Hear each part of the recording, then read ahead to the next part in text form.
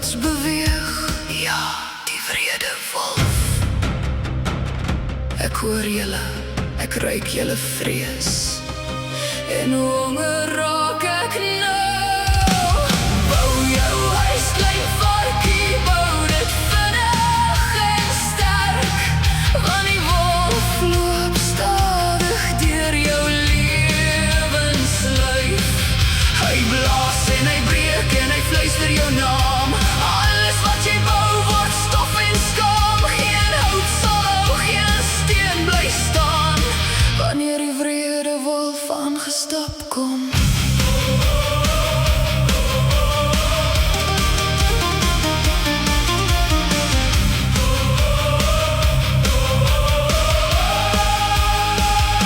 Die eerste huis kraak en die wind se waai.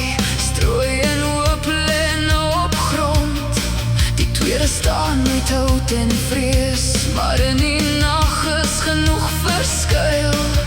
En die derde huis van klip en pyn weet reeds waar die einde sal syn. Ek kom nader, honger van pyn. Bou jou huis, klein varkie, bou dit vinnig en sterk. Want die wolf loop stadig deur jou lewenslyf.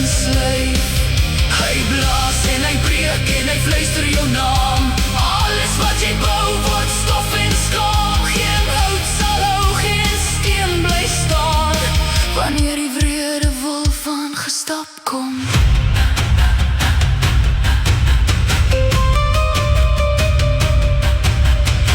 Die bos onthou elke asem wat val. Elke huis wat breek in sy donker val. Geen skuiling hou wat vrees wil vang. Want die wolf sing reeds sy laaste sang. Hy is honger en hy onthou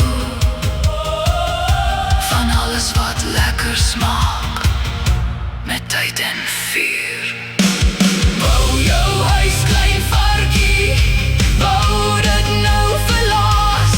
Want die nag het oor en geen genade meer plaas. Die wolf is nie weg nie, hy wag in die wind, waar elke leer moet sy waarheid vind. Die eise val, die varke roep en die donker sluk alles toe in sy roep.